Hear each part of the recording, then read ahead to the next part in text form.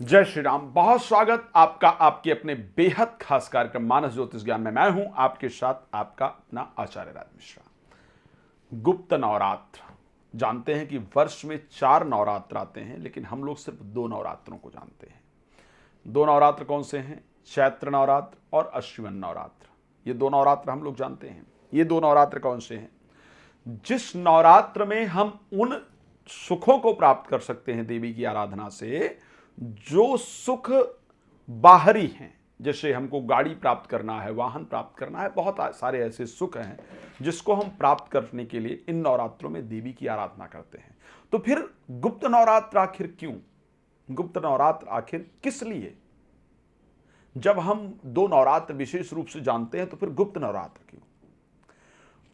गुप्त नवरात्र में वो परिस्थिति हमें प्राप्त होती है, गुप्त नवरात्र से हमको वो लाभ प्राप्त होता है जिसमें कहा जाता है सर्वस्याति हरे देवी नारायणी नमोस्तुते। गुप्त नवरात्र के माध्यम से हम अपने हृदय में जो हमारी मनोकामना है, जो इच्छाएं हमारे हृदय में जुड़ी हुई हैं, उन इच्छाओं को हम पूर्ण कर सकते हैं गुप्त नवरात्र के माध्यम से। बहुत सारी ऐसी बातें आपके जीवन में है जिसको किसी से आप बता ही नहीं सकते हैं।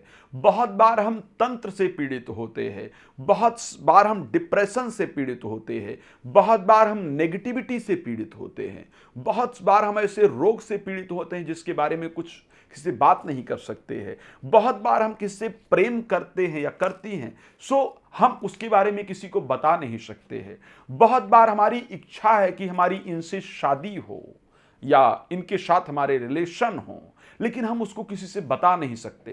तो जितनी गुप्त चीजें हैं, उन सभी चीजों को सिद्ध करने के लिए वर्ष में 2 बार गुप्त नवरात्र आते हैं।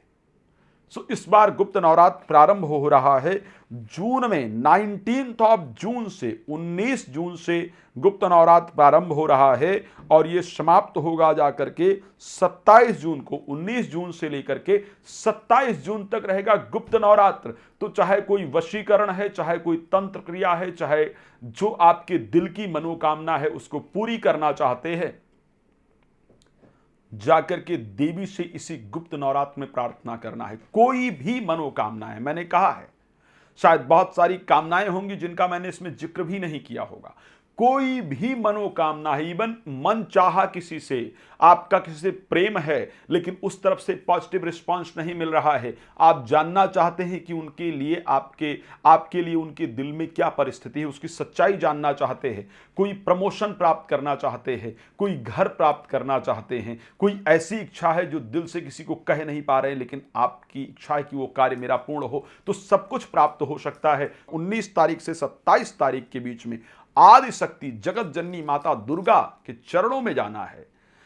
गुड़हल के 7 पुष्प लेने हैं, ध्यान रखिएगा, गुड़हल के 7 पुष्प लेने हैं, 5 फल लेना है। ये 19 तारीख को ये कार्य करना है। 5 फल लेना है, गुड़हल के 7 पुष्प लेना है, एक घी का दिया लेना है, श्रृंगार का सामान लेना है, चुन्नी इत्यादि लेनी है, फ्रूट हो गया, मिठाई हो गया, 5 चीजें श्रद्धा पूर्वक देवी के चरणों में ले जा करके और श्रद्धा से अर्पण करते हुए ये प्रार्थना करना है कि हे माँ, ये आपके गुप्त स्वरूप की मैं आराधना कर रहा हूं या कर रही हूं, ये मेरे हृदय की इच्छा है। यदि जाने में अनजाने में इस जन्म या पूर्व जन्म में मुझसे कोई भूल हुई हो जिसके कारण मेरी ये मनोकामना नहीं पूरी हो रही हो, तो ये मेरी गुप्त इच्छा है। आप तो माँ हैं, आप सब कुछ जानती हैं, मेरी मनोकामना को पूर्ण करें। श्रद्धा पूर्वक ये दे करके और माता से प्रार्थना कर लेना है और वहीं बैठ करके या देवी सर्वभूतेषु मातृ रूपेण संस्थिता नमस्तस्यै नमस्तस्यै नमस्तस्यै नमो नमः, भाव के साथ इस मंत्र को 108 बार बैठ करके जप कर लेना है। और ये प्रक्रिया, एक घी का दिया और उसके साथ कोई भी एक पुष्प प्रतिदिन और 2 लौंग, ये पूरे जो 9 दिन है उसको चढ़ाना है।